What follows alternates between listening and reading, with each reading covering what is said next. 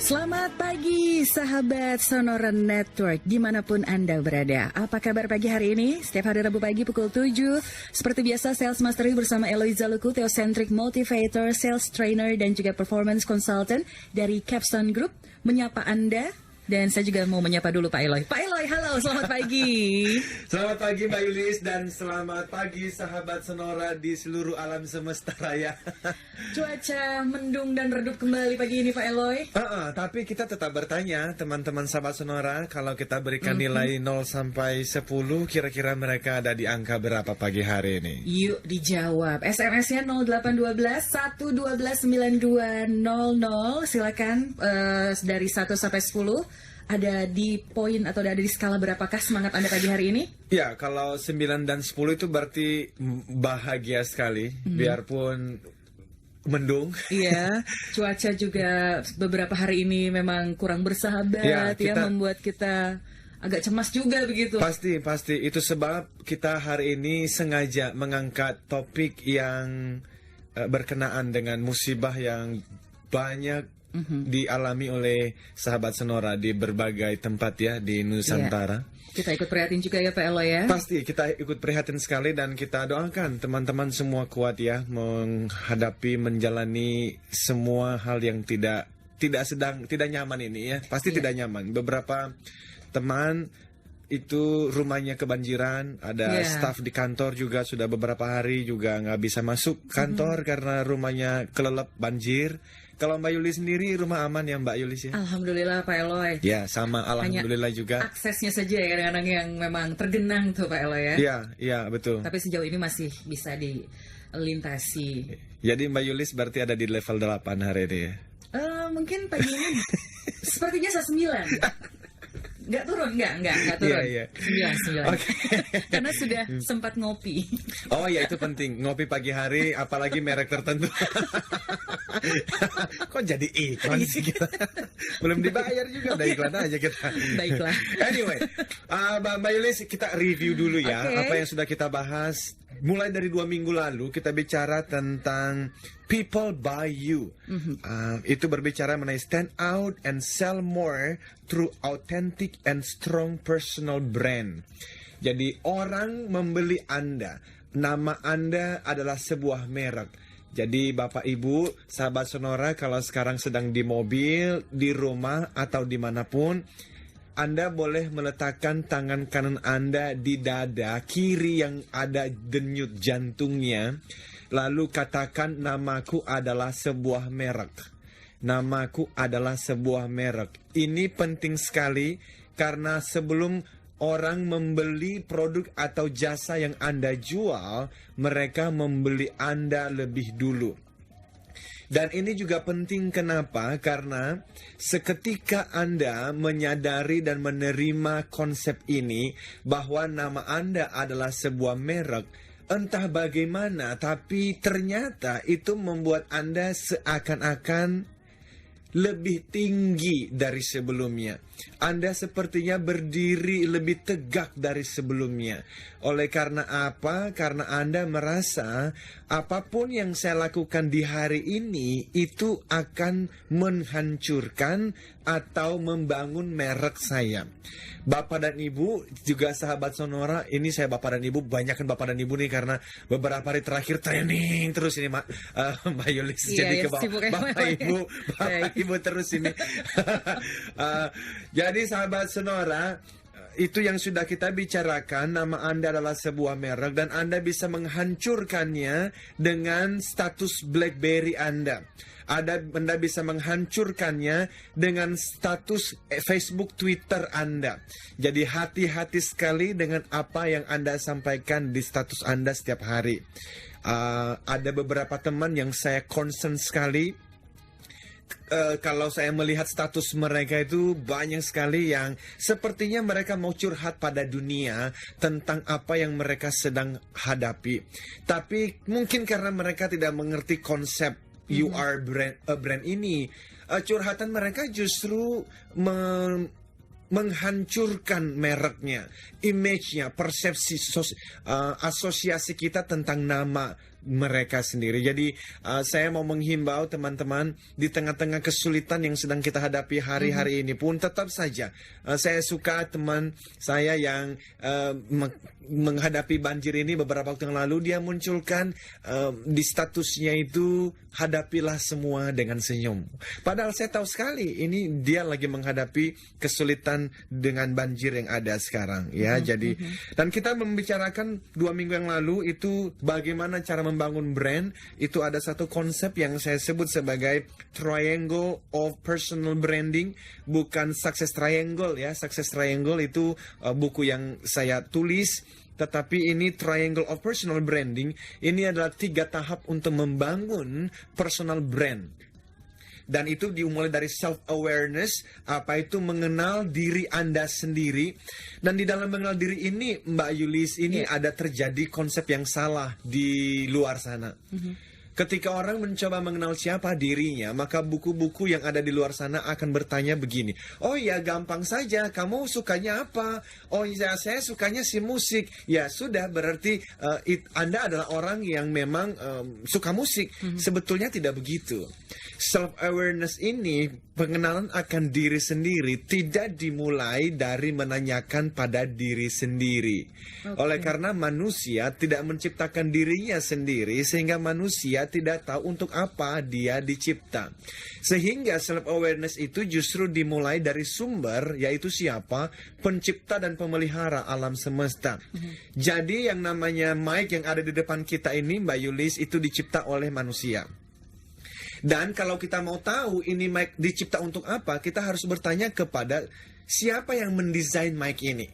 Kenapa kok bentuknya seperti ini? Kenapa kok warnanya hitam? Kan begitu ya. Dan caranya bagaimana? Kita melihat buku manualnya. Kalau memang kita tidak bertemu dengan si pencipta desain awal dari si mic ini, harusnya kan ada buku manualnya. Jadi sama dengan manusia, masing-masing punya buku manualnya, kitab sucinya sendiri. Harusnya dimulai dari sana untuk mencari tahu who am I, siapa sih saya, dan buat apa saya ada di sini. Ini penting sekali karena personal branding berbeda dengan pencitraan. Kalau pencitraan itu adalah sekedar dia mengambil beberapa kata dan beberapa kalimat atau asosiasi tertentu, persepsi tertentu, citra tertentu untuk diperlihatkan, dikomunikasikan kepada dunia. Nah, ini banyak caleg-caleg yang melakukannya dan pada akhirnya mereka gagal karena personal branding itu adalah authenticity. Itu harus sebuah keaslian. Nah, jadi itu adalah self-awareness. Yang kedua adalah target audiensnya. Target audience adalah Anda menyasar siapa. Sehingga Anda tidak perlu harus dikenal oleh semua orang. Tidak perlu. Anda hanya perlu dikenal oleh orang-orang yang memang pas dengan target audience Anda. Saya tidak harus dikenal oleh, mohon maaf ini Bapak dan Ibu yang misalnya sekarang berprofesi sebagai tukang becak gitu. Karena memang mereka bukan target audiens saya. Bahwa apa yang saya sampaikan melalui buku-buku, melalui trending-trending, melalui siaran ini mempengaruhi hidup mereka. Syukur-syukur membelokkan sejarah hidup mereka ke arah yang lebih baik. Ya, tetapi kalau pada akhirnya mereka tidak mengenal saya, that's okay. Karena mereka bukan target pasar saya. Tapi target pasar saya adalah, let's say, CEO, directors, HR manager, let's say marketing manager, training managers. Itu adalah target pasar kita dan itu yang perlu diperhatikan. Dan yang terakhir 2 minggu yang lalu kita berbicara mengenai communication.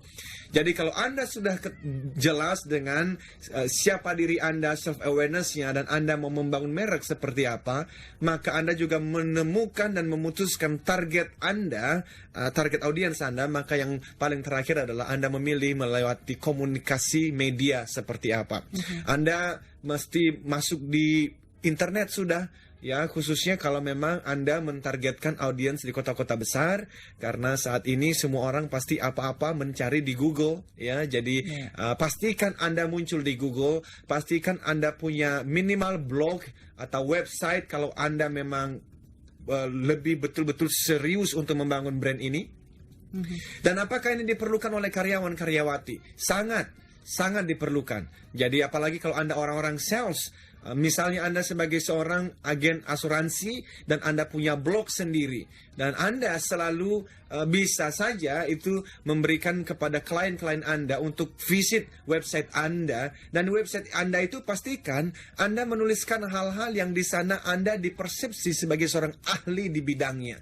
Karena Malcolm Gladwell di dalam bukunya Outliers mengatakan untuk berhasil di dunia yang semakin kompetitif seperti hari ini, maka Anda tidak bisa menjadi generalis.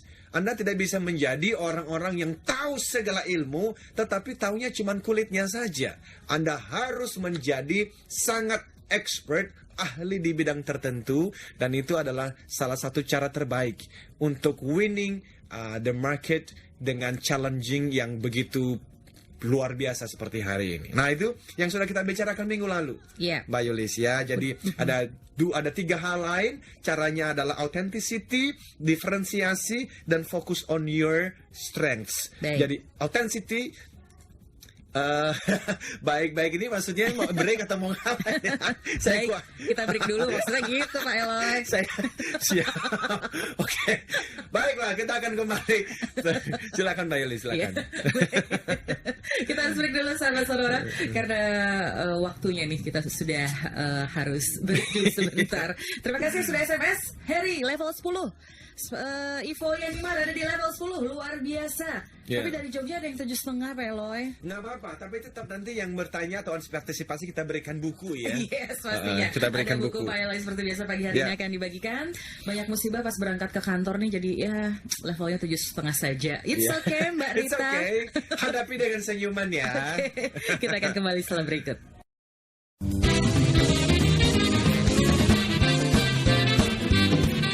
Stay tuned with us, Sonora Network.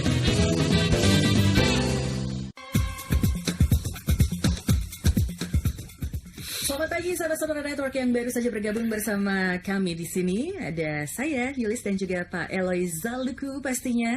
Theocentric Motivator, Sales Trainer, dan Performance Consultant dari Capstone Group. Dan di antara level 1 sampai 10, pagi hari ini semangat Anda ada di level berapa? Ayo SMS ke 0812 112 9200. Atau bisa sharing juga cerita pagi ini ya.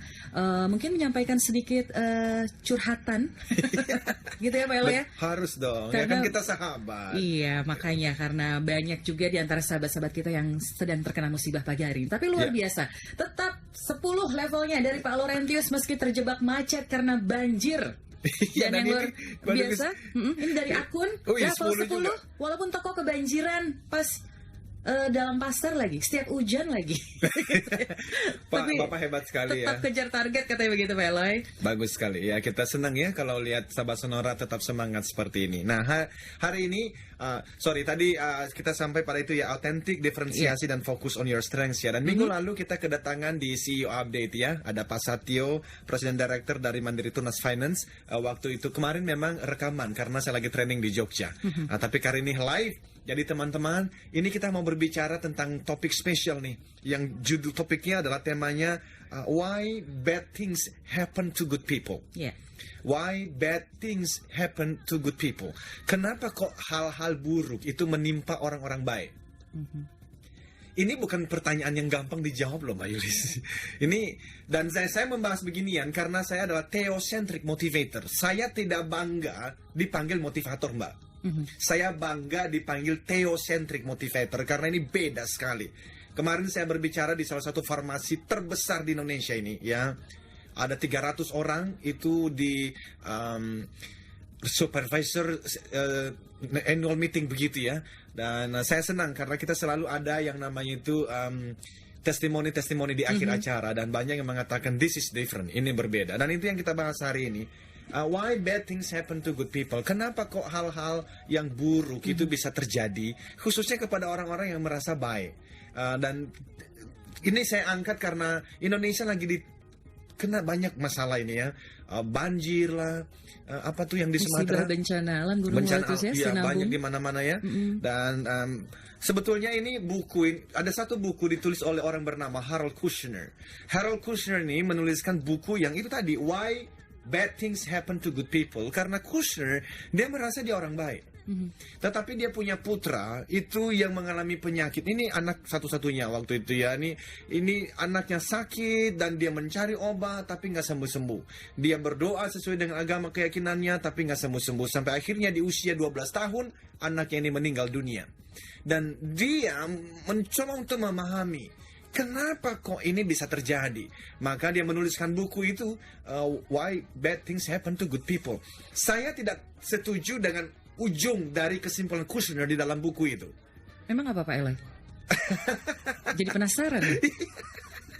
Sebelum ini Mbak Yulis kayaknya penasaran benar dari tatapan matanya, kayaknya menyimpan pertanyaan yang ini tatap mata saya Pak Eloy. Persis. Betul Pak Eloy. Ini gimana Pak Eloy? Hari Sabtu yang lalu saya juga ngisi training di Puncak. Dari salah satu peserta juga bertanya yang sama. Ini adalah mbak-mbak yang masih muda, cantik ya, dan dia melahirkan beberapa waktu yang lalu dan anaknya meninggal. Dan dia mengatakan saya sholat loh. Saya melakukan ini, melakukan itu, melakukan ini. Ya saya tidak sempurna-sempurna banget, tetapi ya saya juga nggak ya, jahat gitu ya. Jahat banget lah. Tapi anak saya meninggal Pak Elo. Dia nangis loh. Dan saya nggak tahu ya, apakah Bapak dan Ibu pas sahabat saudara pernah mengalami pertanyaan yang sama. Nah itu yang kita bahas hari ini. Sebelum kita masuk kepada buku Kushner itu, saya masih menyampaikan dulu dan justru bertanya Mbak Yulis. Apapun yang dihadapi oleh manusia, baik ataupun buruk, sakit ataupun sehat, kaya atau miskin, apapun itulah, selalu ada 4 kemungkinan alasan. Nah ini penting Mbak Yulis, karena kalau kita tidak mengerti 4 kemungkinan alasan ini, kita menjalani hidup itu, waduh, itu terseok-seok tuh, penuh dengan pertanyaan galau, dan kita bisa senyum dan senyum dan senyum, tapi dipaksakan. Tidak ada senyum yang betul-betul tuh, ya memang tulus senyumnya. Jadi saya juga khawatir teman-teman yang ngomong 10 ini cuman karena dimotivasi harus 10. Tapi kalau ditanya kenapa 10? Nggak jelas kenapa 10. Jadi teman-teman, alasan yang pertama kenapa kita mengalami apa yang kita alami, itu ada yang namanya takdir. Nah Mbak Yulis pasti tahu artinya takdir. Ya. Itu apa Mbak Yulis? Sesuatu yang sudah ditentukan oleh Tuhan. Sudah digariskan ya. Bahasa spiritualnya adalah God's will. Itu kehendak yang kuasa, gitu ya. Nah, apa sih contohnya kehendak yang kuasa ini? Mbak Yulis lahir dari ayah ibu yang mana Mbak Yulis dulu nggak punya pilihan. Sayang sekali tidak bisa memilih. Sayang sekali. Sayang, kayaknya ada yang belum bisa menerima kenyataan. Salah. Kalimatnya salah ini. Nggak apa-apa juga. Bersyukur harusnya begitu ya, punya orang tua seperti itu. Gitu Pak Eloy. Saya juga tidak pernah memilih. Saya lahir dari orang tua dan saya lahir di gubuk yang sampai hari ini belum ada listrik, belum ada aspalnya. Saya lahir dari ayah yang meninggal ketika saya masih usia 9 bulan. Saya juga nggak pilih. Jadi bahkan saya lahir sebagai Mbak Yulis lahir di Jawa Barat. Berarti teteh Sunda begitu ya? Iya, bisa dibilang begitu. Iya. Saya lahir di Pulau Nias dan kita nggak pernah memilih kita akan lahir sebagai suku apa gitu loh. Makanya saya kadang-kadang tuh agak sedih juga kalau ada orang-orang yang membenci suku yang lain. Karena dia membenci sesuatu yang itu kan bukan pilihan gua. Kalau dulu memilih kali nggak tahu deh saya memilih jadi suku apa, kan begitu ya. Jadi teman-teman, itu namanya adalah takdir, God's will. Nah, kalau sudah God's will, kita harus melakukan apa? Ada satu doa yang mengatakan begini, Tuhan, tolong berikan saya keberanian untuk mengubah apa yang bisa saya ubah. Dan kekuatan untuk menerima apa yang tidak bisa saya ubah. Kebijaksanaan untuk mengerti perbedaan antara keduanya. Dan itu penting sekali. Jadi yang namanya takdir, ya belajar menerima saja. Yang namanya nasib, nah ini yang kedua. Jadi pertama takdir itu adalah God's will, yang kedua adalah nasib. Nah, kalau nasib apa Mbak Yulis? Oh, nasib sesuatu yang bisa kita pilih. Persis. Dan itulah yang kita sebut sebagai human free will. Ini kehendak bebas manusia. Nah, kalau kita bicara nanti mengenai kehendak bebas manusia, ini dalam sekali. Ya, itu sebab nanti kita berharap si teman-teman mau bertanya juga. Karena apa yang kita sampaikan hari ini, apa yang terpikir. Tapi biasanya waktu orang bertanya, itu semua apa yang ada dalam diri kita ini, semua buku yang pernah saya baca, semua pengalaman-pengalaman masa lalu, saya nggak menjamin mungkin kita bisa memberikan semua jawaban, Mbak Yulis, tapi kalau ada pertanyaan yang menarik, itu menggali apa yang ada di dalam, dan kita bisa sampaikan. Jadi, bicara mengenai free will, itulah yang disampaikan di di kelas-kelas motivasi. Nah, kalau berbicara mengenai motivasi biasa, dia hanya fokus pada free will ini. Nasib ini yang diaduk-aduk di sana. Tapi bicara mengenai nasib, jarang sekali ada, takdir, jarang sekali ada yang bisa menjelaskannya dengan tuntas. Nah, itu free will. Yang ketiga, jadi gini loh, waktu banjir masuk ke rumah kita, waktu banjir menghancurkan toko, dan ini Jakarta jadi lumpuh 2-3 hari terakhir ini ya. Kita bertanya, ini sebenarnya kenapa sih? Kira-kira ini takdir apa nasib, Mbak? Nasib kayaknya, Pak. Iya, karena apa? Karena perbuatan kita sendiri. Iya, sampah dibuang di mana. Saya tuh kadang-kadang bingung loh. Itu ada orang tuh ya, tanpa perasaan bersalah, itu di mobil nih, lagi di mobil, itu buang sampah di jalan sembarangan. Itu saya kalau jadi presiden ya, salah satu yang saya lakukan di Indonesia ini, mulai dari satu kota kecil saja, di sana orang buang sampah sembarangan, langsung denda 10 juta rupiah. Oke. Dan itu harus di-enforce, itu harus dilakukan. Nggak usah seluruh Indonesia, mulai dari satu kota dulu. Yes, Eloy for President 2014. Kita harus break dulu sebentar. Kita akan kembali setelah yang berikut.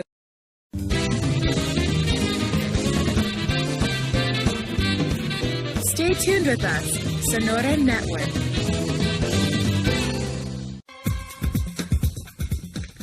Sahabat Sonora Network, why bad things happen to good people? Nanyanya harus gitu tuh nadanya ya. Agak menurun agak gitu. loyo. Agak loyo. Tapi yang pasti berapa level semangat Anda dari 1 sampai 10, sahabat Sonora? Banyak juga yang level 9. Sebentar saya bacakan beberapa ya, Pak Eloy ya. Dari Pak Hendra. Oh, Pak Hendra hari ini 8. Tapi Pak Eloy kan buat saya 9. God will make me 9.5. Wih, Because God is 10 for definitely. Gitu ya. Sampai kebelibet. Siap Pak Hendra. Terima kasih untuk Anda yang sudah menyampaikan berapa level semangat Anda. Jangan lupa ada buku Pak Eloy pagi hari ini yang akan kita bagikan juga untuk sahabat Sonora yang berpartisipasi. 0812 112 9200. Ada satu pertanyaan, tapi sebelumnya kita akan selesaikan dulu ya Pak Eloy. Tadi ada 4 kemungkinan alasan agar hidup tidak selalu galau di tengah cuaca buruk seperti ini, banjir, musibah. Yang pertama takdir, God's will, nasib, human's free will. Ya. Kemudian di dalam human's free will itu, di situ kan biasanya kita bicara mengenai motivasi. Kalau dalam success triangle ya, attitude-nya mesti baik, pikirannya mesti positif, goals-nya mesti ada, action-nya mesti ya kerja keras. Yang namanya endurance itu kalau gagal bangkit lagi. Lalu kita bicara mengenai interpersonal mastery. Apa itu? People skills yang mesti baik, team communication yang mesti baik, teamwork yang mesti ada ya. Lalu kita bicara yang di atas, bicara spiritual, di situ ada bicara mengenai ethos dan bicara mengenai gratitude. Itu yang kita bicarakan di level 1 dan 2. Tapi kemudian ada yang ketiga nih, yang kadang-kadang kita juga lupa sih. Ini namanya adalah natural law, hukum alam. Jadi ini hukum alam juga nih kayaknya yang terjadi nih ya. Karena cuaca yang buruk, begitu ya Pak Eloy. Jadi dunia ini memang semakin tua, Mbak Yulis. Iya, betul. Iya, dunia semakin tua dan harusnya kalimat itu membuat kita galau positif. Galau positif itu adalah, waduh, jangan-jangan bentar lagi beneran kiamat. Iya juga sih. Karena tanda-tandanya sudah mulai terlihat. Iya, jadi harus bagaimana? Ya baik-baiklah hidup ya. Iya.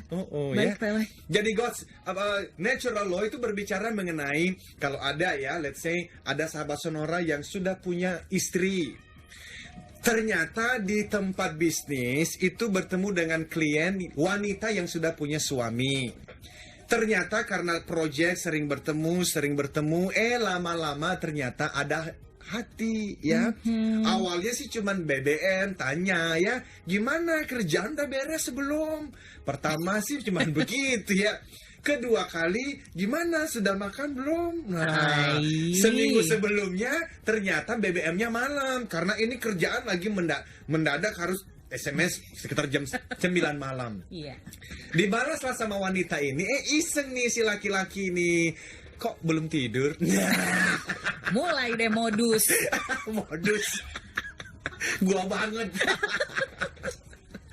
Nah, akhirnya setelah 1 minggu, 2 minggu itu lancar tuh BBM-an tuh ya. Ternyata setelah 3 bulan itu project beres tuh, habis selesai.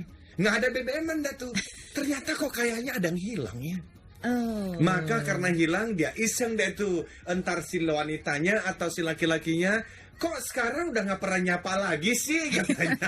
Apa kabar? Apa kabar lo? Akhirnya janjian dah tuh makan di satu rumah makan, restoran atau ngopi-ngopi di kafe tertentu. Nah ternyata memberanikan diri lah si laki-laki ini ya. Dia ngomong, kenapa ya kalau saya nggak dapat berita dari kamu tuh kayaknya ada yang kurang. Ini juga wanita ini juga, aduh hebat sekali. Dia ngomong, masa sih aku juga. Gayung bersambut dong Pak Eloy. Pastinya. Dan akhirnya mereka mengatakan, kalau gitu kita jodoh nih. Iya. Loh, tapi kan kita sudah punya pasangan masing-masing. Iya, tapi kan kamu suka aku. Kalau begitu ini pasti kehendak yang kuasa. Nah, ini salah. Ini namanya natural law. Ini jatuhnya di dalam yang namanya adalah hukum alam.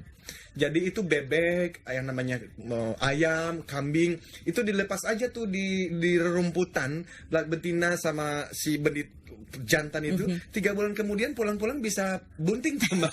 Kenapa? Itu hukum alam.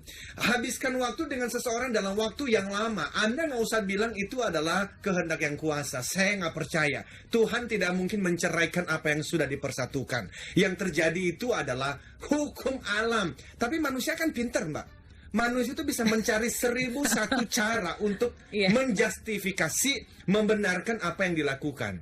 Tapi itu sebetulnya hukum alam. Hukum alam itu adalah, kalau saya menjatuhkan diri dari ini lantai 5 ya, ke bawah nih Mbak, itu saya mau nyoba nih. Wah kayaknya God's will-nya hebat nih, saya imannya bagus nih, saya mau jatuhkan diri nih. Ya patah-patah juga sih tulangnya. Kenapa? Jangan melawan hukum alam.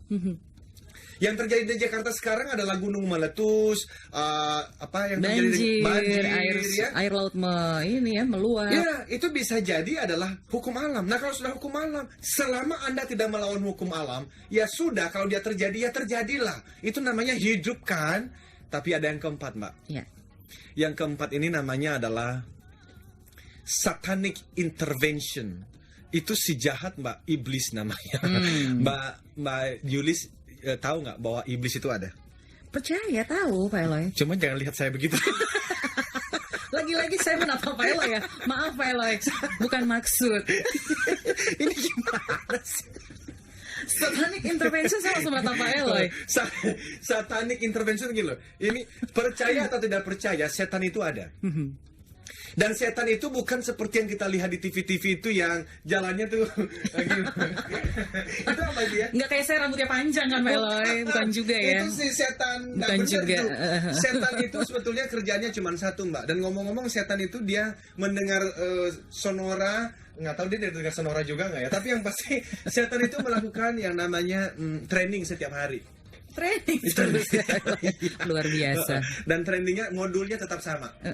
Modulnya materinya tetap sama. Yaitu? Materinya adalah supaya kita ini tidak melakukan apa yang tadi di hal yang pertama, God's will.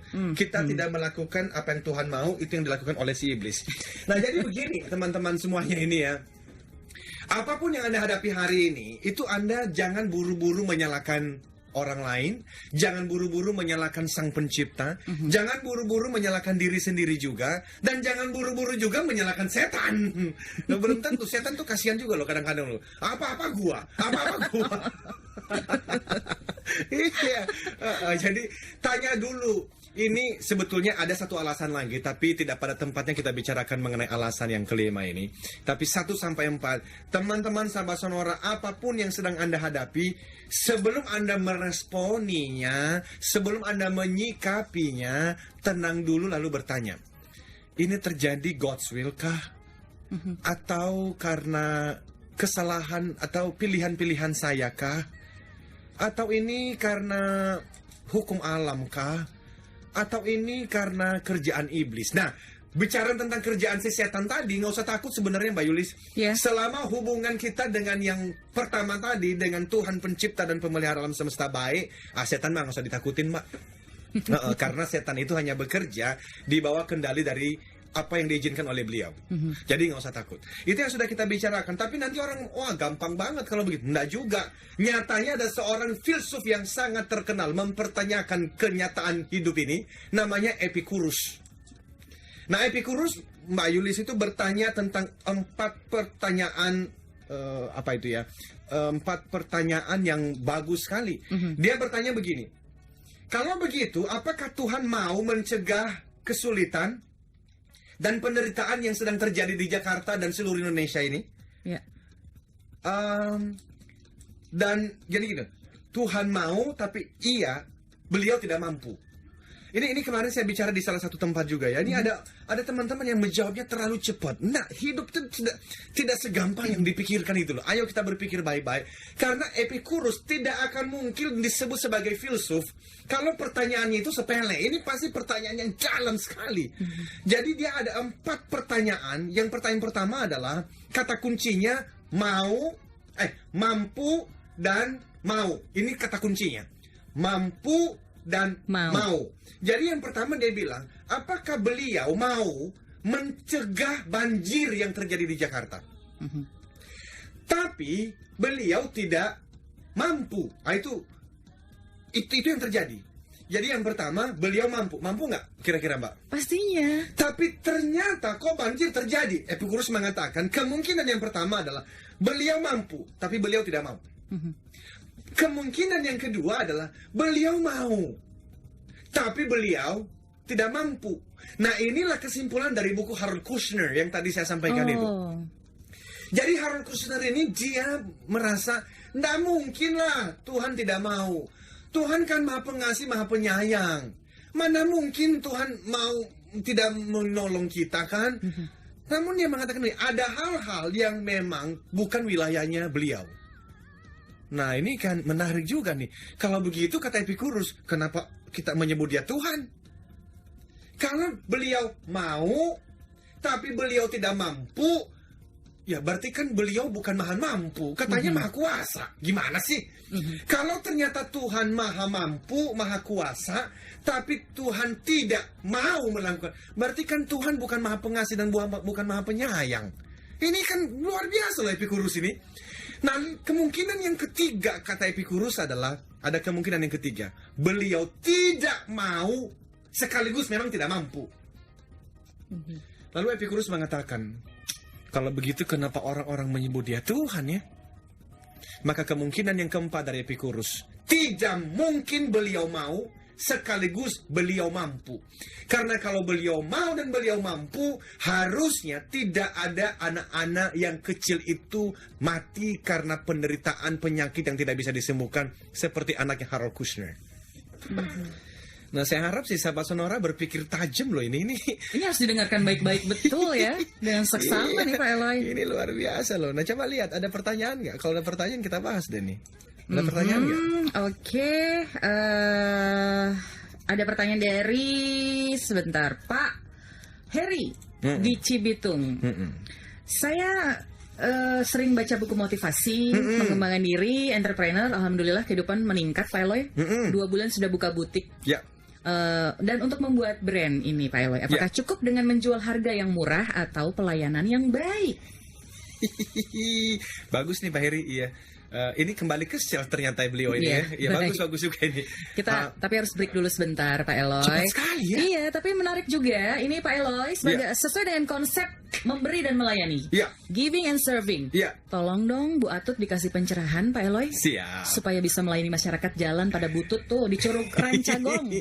Siap, Bos. Pak Zulkarnain yang bilang. Nanti kita sampaikan setelah break ya. Para Islam Imam di Cilacap, salam kenal. Saya pertama kali dengar Pak Eloy. Di tetangga. Setuju. Setuju Pak Eloy, yang buang sampah sembarangan harus didenda. Denda aja tuh Pak, benar tuh. Denda sudah dapat 1 suara untuk Pak Eloy. Ya. Eloy for President 2014. Stay tuned with us, Sonora Network.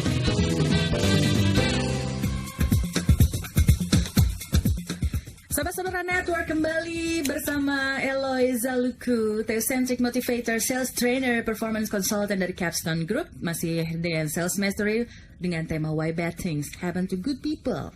Terima kasih untuk Anda yang sudah mulai tergelitik pagi hari ini. Pak Chandra, ini menjadi perenungan Pak Chandra selama ini Pak Eloy. Ya. atas pertanyaan apakah Tuhan mau atasi kesulitan manusia.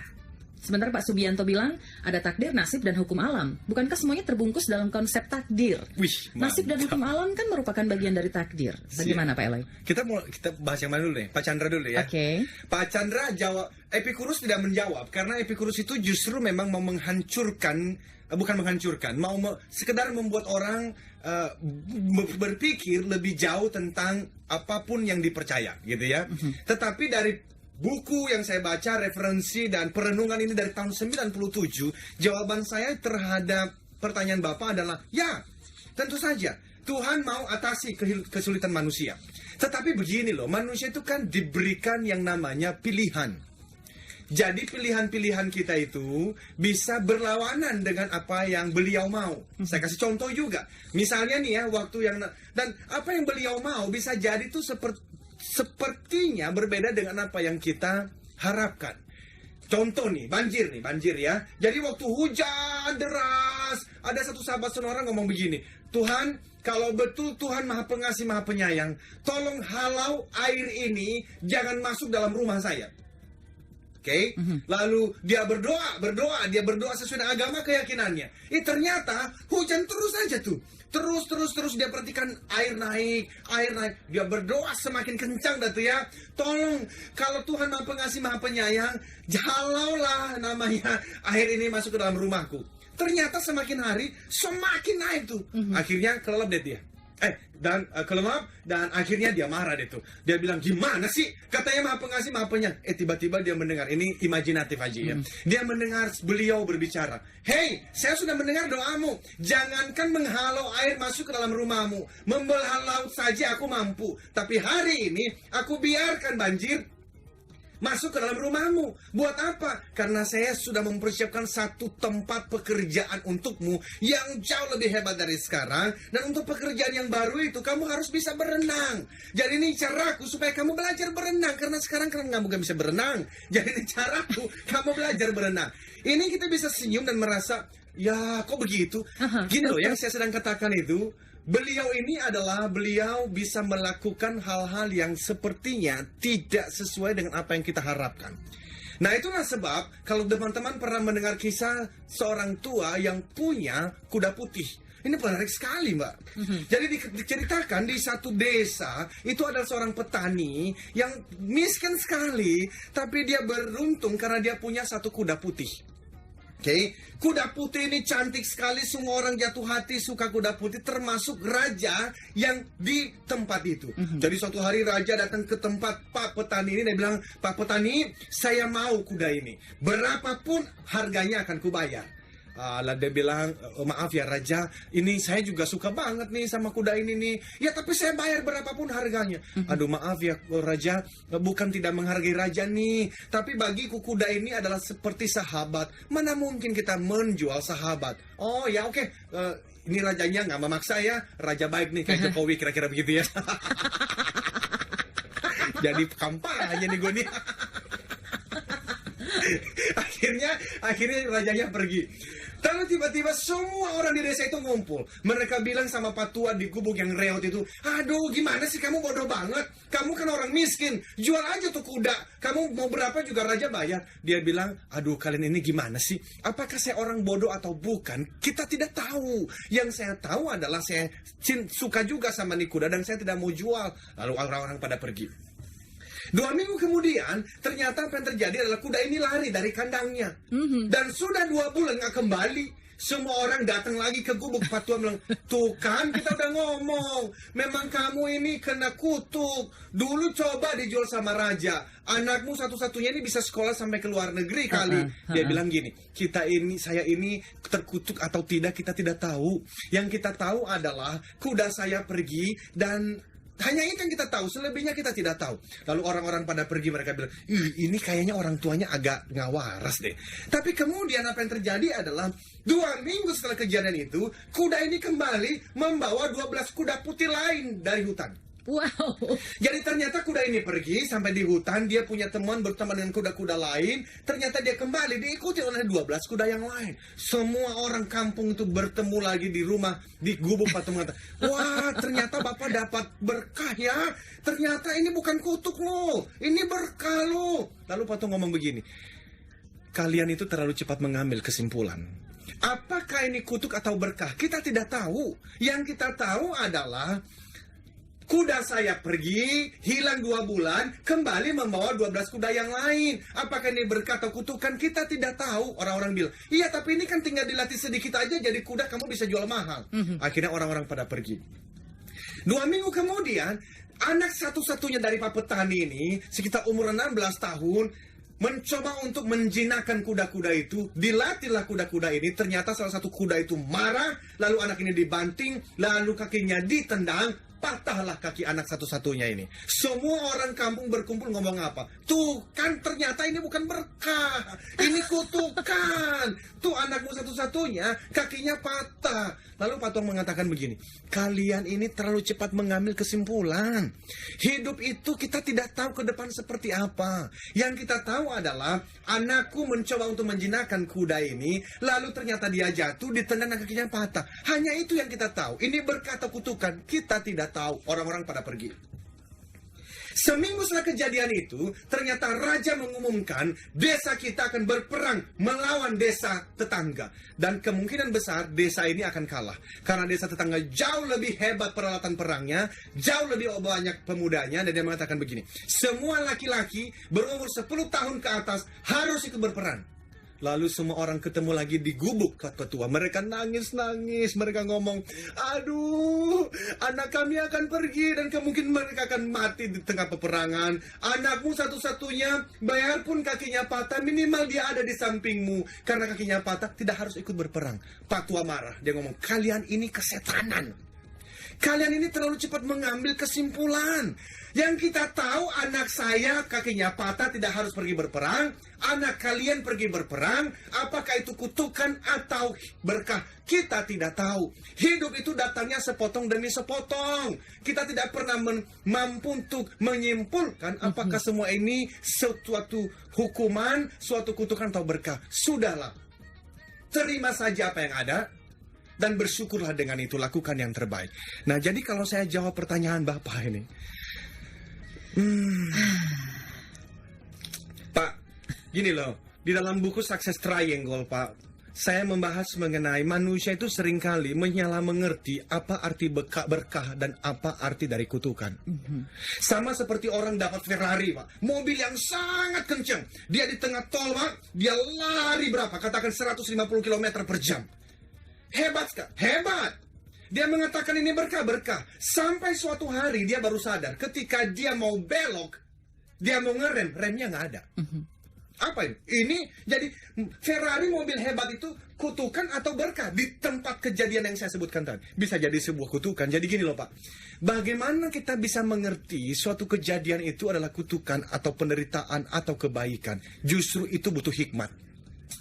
Itu butuh wisdom. Itu bukan motivasi biasa sudah. Itu butuh wisdom. Dan wisdom itu tidak bisa hanya dengan membaca buku. Inilah perjalanan hidup sekian tahun ditempa oleh berbagai penderitaan. Dan akhirnya bertanya, itulah jawabannya. Nah, kita bertanya sekarang kepada Pak Widih, lihat jam terus deh. Lihat Pak Eloy salah. Tadi menatap Pak Eloy. Lihat Pak Eloy salah, lihat jam salah. juga salah ya. Nih, aduh. Mantap bener ya. Sayang sekali karena waktu sudah tidak memungkinkan. Kita lanjutkan minggu depan dong Pak Eloy. Ini menarik kan nih? Menarik sekali Pak Eloy, ini banyak pertanyaan yang belum dibahas Pak Eloy. Tapi gimana teman-teman sales nih ya? Jadi hubungannya dengan sales adalah teman-teman sales lakukan yang terbaik, itu intinya. Pokoknya prospecting sebanyak-banyaknya, berikan dan melayani sebanyak-banyaknya. Selling itu memberi dan melayan. Lalu tadi ada saya mesti sampaikan nih. Ini tadi ada pertanyaan spelling nama dari penulis buku. Harold Kushner Harold Kushner. Jadi Harold Kushner Kushur. No, Kushner Kushner. Itu sudah diterjemahkan, ada di toko buku Gramedia. Mau cari buku apa aja, ada di Gramedia. Wih, luar biasa. Ini Gramedia ini. Termasuk buku saya tentunya. Maksudnya itu. Tapi tenang aja. Pagi ini ada yang mendapatkan buku Pak Eloy? Harus dong. Pak Chandra dan Pak Matias di Serpong, selamat untuk Anda berdua. Wih, luar biasa ya. Selamat ya, Pak. Silakan ambil bukunya di Radio Sonora ya, Pak Eloy ya. Tapi Pak Subianto yang bertanya mengenai itu ya, jawaban saya tidak sama. Pak Subianto belum? Tidak sama. Jadi pertanyaannya masih. Iya. Intinya adalah beliau mengatakan apakah hukum alam itu tidak masuk dalam takdir? Tidak, Pak. Kalau saya melawan hukum alam, salah satunya hukum gravitasi, itu jangan menyalahkan beliau. Karena manusia diberikan kehendak bebas. Manusia bisa memilih melawan hukum alam. Jadi beda sekali. Nanti kita bahas, mudah-mudahan kalau minggu depan kita lanjutkan, kita akan bahas lagi ya. Iya, menarik karena Pak Adi bilang harus dibedakan pemahaman antara konsep ketuhanan dengan pemahaman konsep yang lain. Maksudnya apa ini? Nah, iya, baik. Apa ini? Kita akan bahas lagi ya. Waktunya sudah tidak cukup lagi. Terima kasih sahabat Sonora yang sudah berpartisipasi pagi hari ini. Kita harus berakhir. Udah jutaan nih. Ini ada yang panjang bunda. Juga pertanyaannya. Kita harus pamit. Saya Yulis. Saya Eloy, katakan. Yes, I can. Salam sukses. Triangle.